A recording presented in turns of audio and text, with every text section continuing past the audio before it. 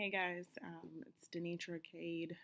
For my one-to-one Following Your Passions assignment, I chose to meet with Mr. David Billingsley, who is the founder of BSOMA, a nonprofit art school here in the Twin Cities.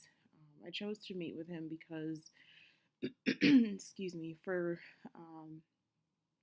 the first time that I met him, I could really feel his passion for the arts, and I admired the leadership and initiative that he showed with the children, introducing them to the many art forms.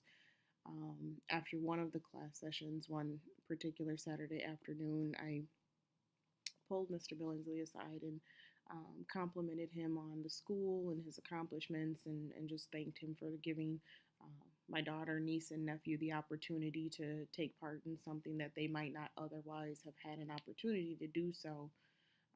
I explained that I would like the opportunity to interview and get to know him a little bit more. And I didn't really have many expectations except fascination, really.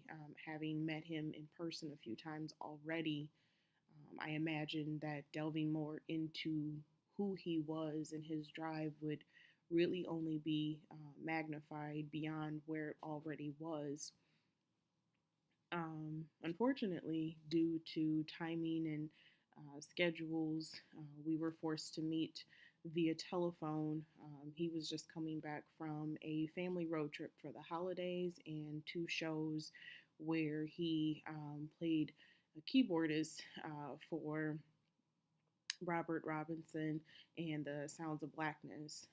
So we arranged a 30-minute phone conversation that actually turned into an hour almost, because things really just flowed with us. We had a lot in common and were able to connect on many different levels that actually I was very surprised.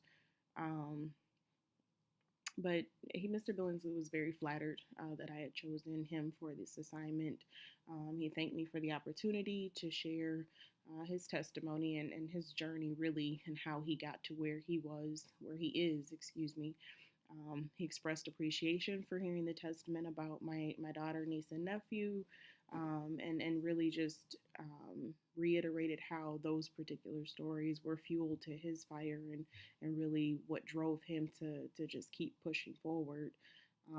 Like I said, we had a lot of things that we connected on.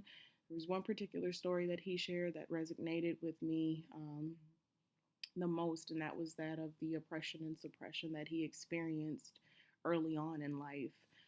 He actually grew up in an area that was recently rated number 4 on a top 5 worst cities to live in for African Americans. So I was really surprised to hear that.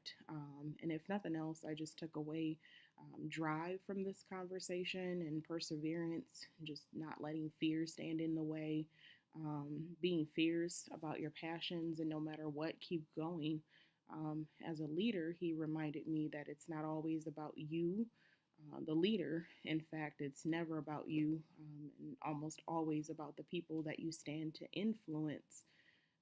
So I'm encouraged to be a beacon of light to those that might still be battling their fears or caught in the web of discovering who they are and what their passions are in life. And I can be that by living out my potential and encouraging others to do the same. Um, I'm definitely inspired to just dive deeper into who I am, kind of fine tuning my passions in life. After speaking with Mr. Billingsley, I'm really excited to find new ways to motivate others and help them discover what they are passionate about, just so that they can continue to pass that light on, sort of passing the torch. One particular story that Mr. Billingsley shared was that of a young man that he had once taught as a very young boy. And the little boy was doing really well. He was kind of somewhat of a prodigy with learning the piano. And abruptly, his mother took him out of classes. And come to find out, it was because she just couldn't afford continuing the classes. And in hindsight, he now, Mr. Billingsley, feels like what if he have had this nonprofit organization started back then, and how would that have affected this young man now to this day? Because from time to time, he does still run into this young man, and he said he wonders. It's kind of a chip on his shoulder that, could he have done this sooner and maybe made a difference in this young man's life? And so I really admire, I guess, just this idea of not allowing another kid or another person really to slip through the cracks. And I admire that drive and seeing a need and having the ability to meet it along with the passion for doing so. I think that is awesome. Um, Overall, as expected, like I said, I was in awe of Mr. Billingsley from the very beginning.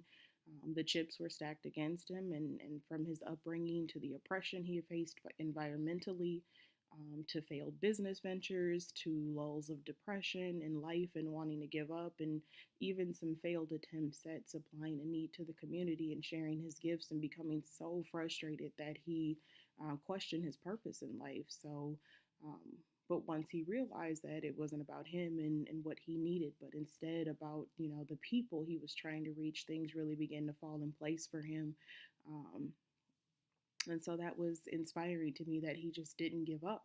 And so I would say, I could have kept better control of the conversation maybe and kept things a little bit more formal, but I think that connections are built best when the interactions are raw and allowed to flow naturally. So hope you guys enjoyed.